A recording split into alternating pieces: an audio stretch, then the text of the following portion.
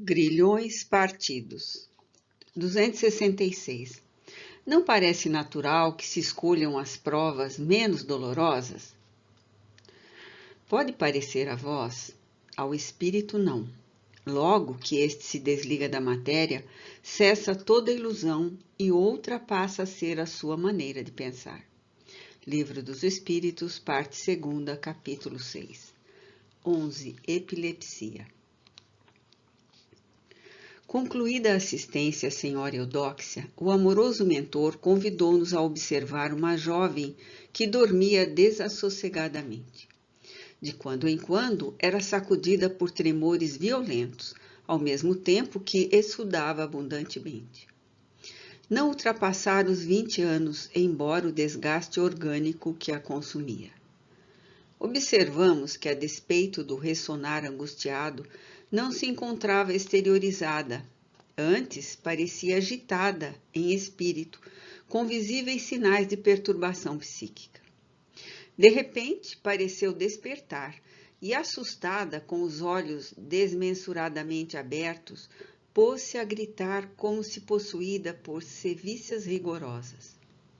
Incontinente, no estado de alucinação, ergueu-se contorcendo-se, tremendo como varas verdes e tombou convulsionada. O rosto experimentou forte congestão, enquanto os membros mantiveram-se rígidos por alguns segundos, após as convulsões hipertônicas. Logo depois, retorceu-se-lhe a face e a boca cerrou-se fortemente, mordendo a língua. Advieram as convulsões clônicas, com os movimentos de flexão e extensão dos membros e da cabeça em desconcerto, expulsão de urina e o consequente coma que a dominou, mantendo-a inconsciente por alguns breves minutos. Cessada a crise epiléptica, despertou ignorando o que ocorrera e, apesar do cansaço que denotava, levantou-se atônita, com cefaleia, sendo vitimada por novo acesso, qual se fora acometida de violenta incorporação mediúnica. Com o olhar vigilante, porém, não conseguindo identificar a presença de qualquer agressor desencarnado. Ante a minha surpresa, esclareceu o instrutor afável e cônscio. Estamos diante de uma problemática epiléptica genuína, muito diferente da classificada como bravais jacksoniana, também chamada cortical, em razão de somente manifestar-se quando há lesões do córtex cerebral motor, sistema nervoso central, que é o fator causal das convulsões tônicas e clônicas paroxíticas, que iniciam no grupo muscular de um membro. No caso em pauta, a progressão da enfermidade está conduzindo a paciente ao estado de mal epiléptico, graças ao fato de se prolongarem as crises sucessivamente por várias horas, quando, não raro, pelas consequências que impõe ao organismo em forma de cargas excedentes, poderá ocasionar-lhe a desencarnação, mediante colapso ou consequente a processo de encefalite aguda inevitável. Outras vezes, a sucessão das crises produz perturbações nervosas graves que conduzem o enfermo à total demência irreversível. Fazendo uma pausa, como a formar juízo para valiosas considerações, prosseguiu. Este é importante capítulo da neuropatologia que merece acurada atenção, particularmente dos estudiosos do espiritismo, tendo em vista a parecença das síndromes epilépticas com as disposições medianímicas, no transe provocado pelas entidades sofredoras ou perniciosas. Muito frequentemente, diante de alguém acometido pela epilepsia, assevera-se que se trata a mediunidade a desenvolver, qual se a faculdade mediúnica for uma expressão patológica da personalidade alienada. Graças à disposição simplista de alguns companheiros pouco esclarecidos, faz-se que os pacientes enxameiem pelas salas mediúnicas, sem qualquer preparação moral e mental para os elevados tentames do intercâmbio espiritual. Não desconhecemos que toda enfermidade procede do espírito endividado, sendo a terapêutica espiritista de relevante valia.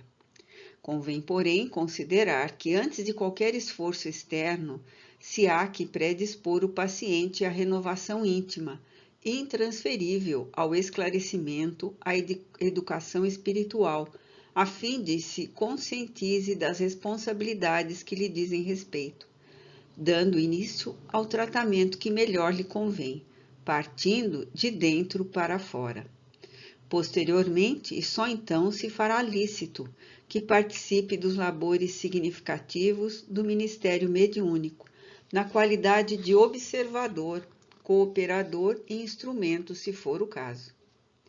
Não obstante suas causas reais e remotas estejam no espírito que ressarce débitos, há fatores orgânicos que expressam as causas atuais e próximas, nas quais se fundamentam os estudiosos para conhecer e tratar a epilepsia com maior segurança por meio dos anticonvulsivos. Fez nova pausa, olhou a enferma que se encontrava em coma, dando curso à explicação. Pela lei das afinidades, o espírito calceta é atraído antes da reencarnação à progênie, na qual se encontram os fatores genéticos de que tem necessidade para a redenção. Quase sempre seus genitores estão vinculados em grupos familiares a esses espíritos em trânsito doloroso, o que constitui normalmente manifestação hereditária, com procedência nos graves males do alcoolismo paterno, no uso dos tóxicos, a se expressarem por meio de fatores múltiplos, tais a fragilidade orgânica, as excitações psíquicas, as infecções agudas que geram sequelas lamentáveis. Os mais credenciados mestres discutem se as suas causas matrizes são resultado da intoxicação endógena ou consequentes aos distúrbios das glândulas de secreção interna, responsáveis pela cognominada epilepsia genuína. Além dessas, há aquelas outras resultantes dos traumatismos cranianos, das afecções como a sífilis, a encefalite, os tumores localizados no sistema nervoso central, as emocionais, e alguns autores admitem que a essencial ou a idiopática está mais ligada às leis da hereditariedade, não obedecendo a um mecanismo patogênico definido. Mesmo nesses casos, temos que levar em conta os fatores kármicos incidentes para imporem ao devedor o precioso reajuste com as leis divinas, utilizando-se do recurso da enfermidade resgate, expiação purgadora de elevado benefício para todos nós. Utilizando-me do silêncio natural, alvitrei uma indagação. E as sessões mediúnicas não produziriam resultado salutar em casos dessa natureza? Sem demonstrar enfado, esclareceu o sábio instrutor. Sem dúvida, a dívida persiste enquanto se não regulariza, considerando-se que o devedor se dispõe à renovação com real propósito de reajustamento íntimo, modificando as paisagens mentais a esforço de leitura salutar, oração e reflexão com trabalho edificante em favor do próximo e de si mesmo, mudam-se-lhe os quadros provacionais e providências relevantes são tomadas pelos mensageiros encarregados da sua reencarnação, alterando-lhe a ficha kármica. Como vê, o homem é o que lhe compraz o que cultiva. O Evangelho, dessa forma, é a mais avançada terapêutica de que se tem notícia para o homem que se resolve vivê-lo em plenitude. E como me parece comportar maiores esclarecimentos, voltei a indagar.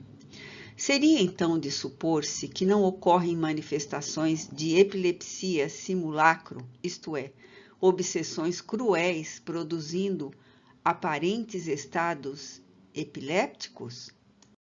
Indubitavelmente, há processos perniciosos de obsessão que fazem lembrar crises epilépticas, tal a similitude da manifestação.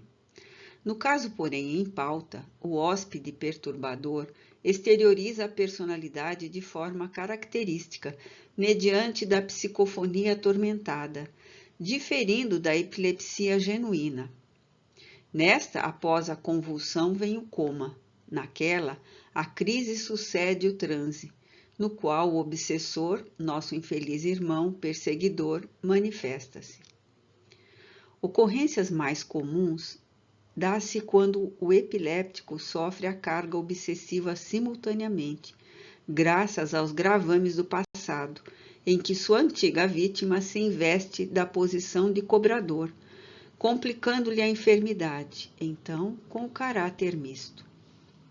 Conveniente, nesse como noutros casos, cuidar-se de examinar as síndromes das enfermidades psiquiátricas, a fim de as não confundir com os sintomas da mediunidade no período inicial da manifestação, quando o médium se encontra atormentado. Nesse sentido, é mister evitar-se generalidade, isto é, a simplificação do problema com arremetidas simplistas, como é de hábito muitos fazerem. A contribuição fluidoterápica nas diversas expressões em que se apresenta é de valor inconcusso, de indiscutível benefício, desde que o paciente se disponha realmente a ajudar-se. Silenciou momentaneamente, depois do que voltou a considerar pausado, cuidadoso. Examinemos a jovem Viviane sob nossa caridosa observação. No último quartel do século passado, iremos encontrá-la na roupagem de atriz menos categorizada, que, portadora de invulgar beleza, de cedo se entregou a toda sorte de dissipações, nas quais manteve graves conúbios com pessoas pervertidas, deixando-se arrastar a gravames muito sérios. A aproximação dos 40 anos, como não se celebrizasse no teatro, fez-se hábil na preservação do patrimônio em dinheiro e joias, avidamente reunidos, pensando garantir-se na velhice quando exaurida. Para lograr o intento, consorciou-se com um astuto chantagista, que a utilizava na arte da exploração de cavalheiros idosos e irresponsáveis, mantenedores da arte galante que conduz os prazeres fugidios. É claro que logrou sucesso. Demandou a Europa diversas vezes, a expensas de cidadãos apaixonados, entregando o corpo e a alma às mais torpes sensações. Desenvolveu-se-lhe singular ganância, fascinada cada vez mais em tormentosa cupidez pelas joias que a deslumbravam, convertendo-se em infeliz negociante de prazeres, mediante a utilização de jovens mulheres que ludibriava e escravizava. Com habilidade invulgar, incorrendo a dissimulação ao engodo, em que se fez excelente atriz, logrou descartar-se do esposo inditoso, comparsa dos seus crimes, mediante bem urdido homicídio, no qual tomou parte relevante um jovem apaixonado, a quem se uniu por algum tempo, acariciando glórias, padecendo receios, dando prosseguimento ao programa de leviandades. Temendo a denúncia do compar, quando se denotava sinais de cansaço de suas carícias, não trepidou em eliminá-lo, a seu turno, numa das viagens transatlânticas, recorrendo a guloseimas envenenadas, não mais se vinculando especialmente a pessoa alguma, saturada dos excessos da sensibilidade e atormentada mais ainda pelo pavor de vinganças ou rapinas no meio em que vivia, explorando as vítimas com maior agudeza e fazendo-se, em consequência, execrável crapulosa. Viveu longos anos perseguidas pelos desvarios da posse, que defendia mediante a usança de todo artifício imaginável, agasalhando, porém, sem o perceber, a memória das vítimas em forma de receios e remorsos que se lhe infiltraram na mente em desalinho, até que a loucura, no termo da existência física, arrastou a um manicômio, onde sucumbiu esquecida, malsinada. Não faltaram aqueles que se locupletaram nos haveres deixados, sob os estigmas da desonra da hediondez. Ingressou no além-túmulo exaurida e seviciada pelos antigos consórcios que a aguardavam, vingativos, padecendo por algumas décadas inomináveis aflições.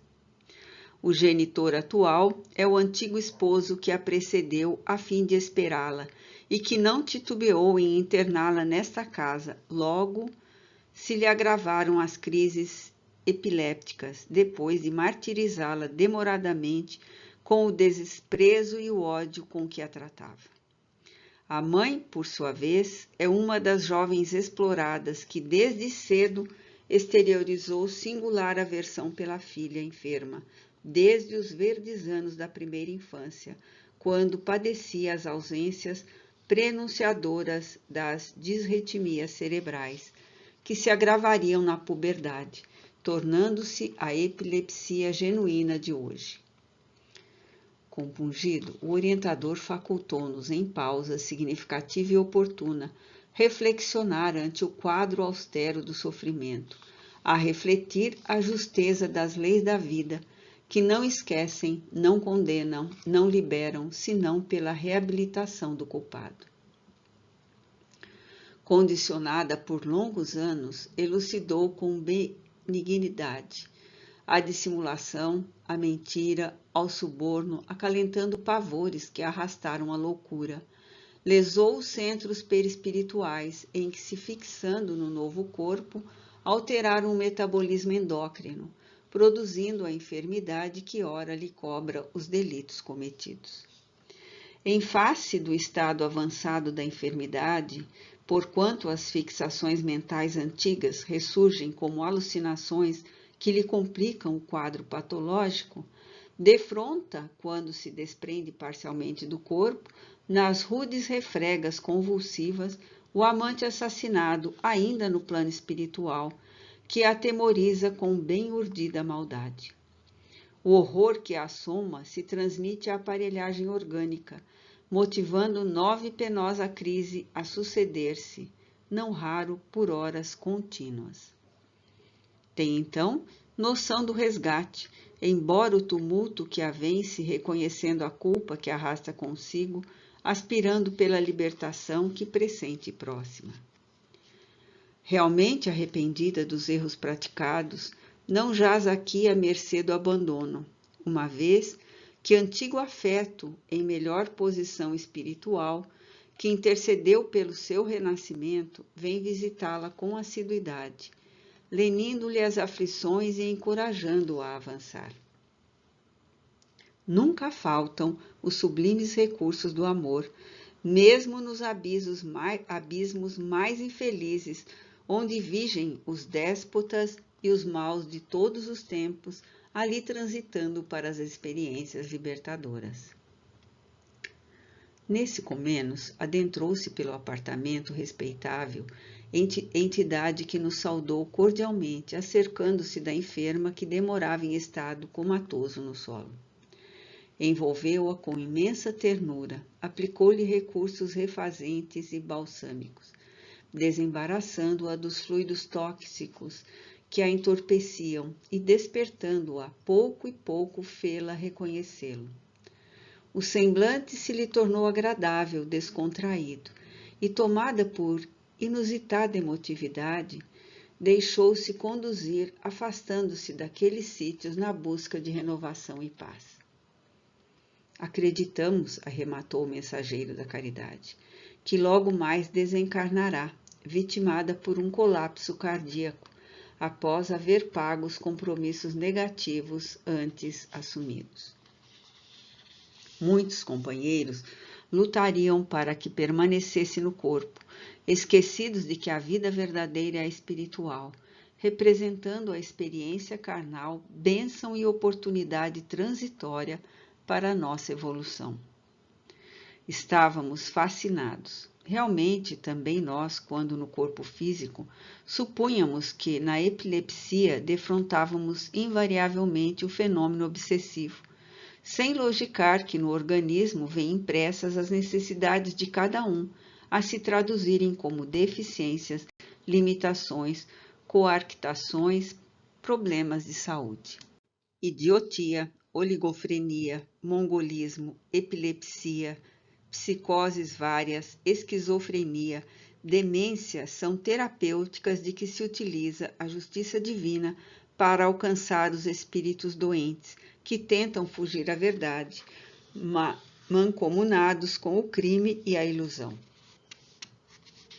Para que tais cometimentos se realizem, entram em jogo os programas cromossomáticos e genéticos, tão bem estudados por Gregor Mendel no século passado, encarregados de expressarem durante a reencarnação os impositivos redentores.